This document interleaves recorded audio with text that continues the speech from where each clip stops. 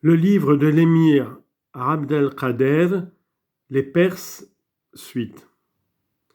Du temps de Parwiz, les troupes de Perse arrivèrent à Jérusalem. On lit en note. L'émir veut parler de Khosroès Parwiz ou Firouz, 590-628 après Jésus-Christ, dont le nom est devenu Abrouïs dans la transcription arabe. L'émir répète ce que dit Mirconde dans son Histoire des Sassanides. Traduction de De Sacy, page 402, citation. Les Perses firent prisonniers tous les évêques qui se trouvaient à Jérusalem, avec beaucoup d'autres personnes, s'emparèrent de la croix qui était renfermée dans un coffre d'or et cachée sous terre, et l'envoyèrent à Parwiz. Fin de note.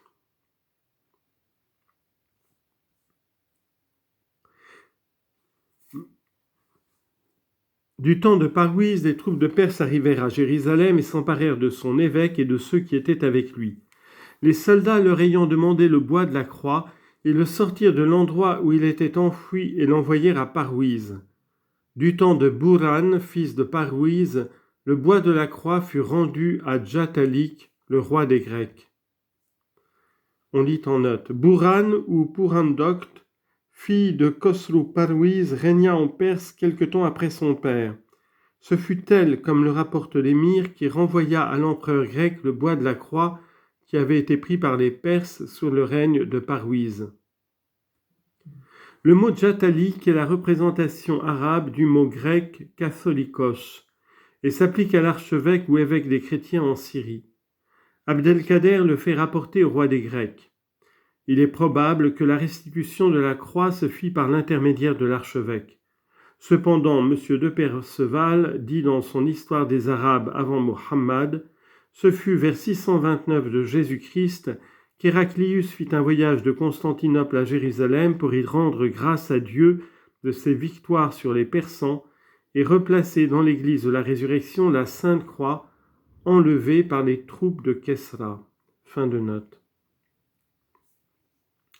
La nation persane est la nation située au point le plus central de cette terre habitée.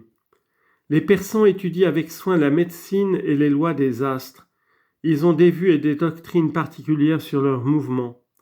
Les savants reconnaissent que l'opinion la plus exacte sur leurs évolutions est celle des Persans. On lit en note. Voici quel est l'état actuel des connaissances des Persans en astronomie. Les savants de la Perse connaissent Uranus, découvert en 1781 par Herschel en Occident, et Neptune, découvert seulement en 1846 par M. Le Verrier. Ils savent que ces deux planètes sont plus éloignées du Soleil que Saturne. Mais selon leurs habitudes, ils ne les classeront sur leur catalogue officiel que lorsqu'il existera un siècle accompli depuis leur découverte.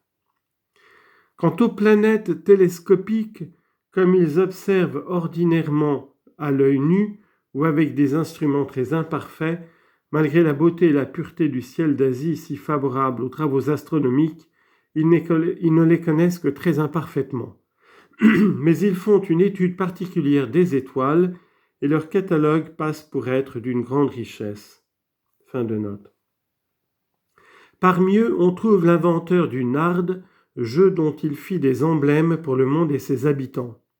Ainsi, il établit dans la table, le damier, 12 cases, nombre des 12 mois de l'année, 30 pièces, nombre des jours de chaque mois, et il a pris les dés pour symboliser le destin et son inconstance à l'égard des hommes. On lit en note. Le mot fossus, pluriel de face, littéralement chaton, désigne ici les dés du jeu du nard. Pris dans ce sens, il manque dans les dictionnaires. Fin de note.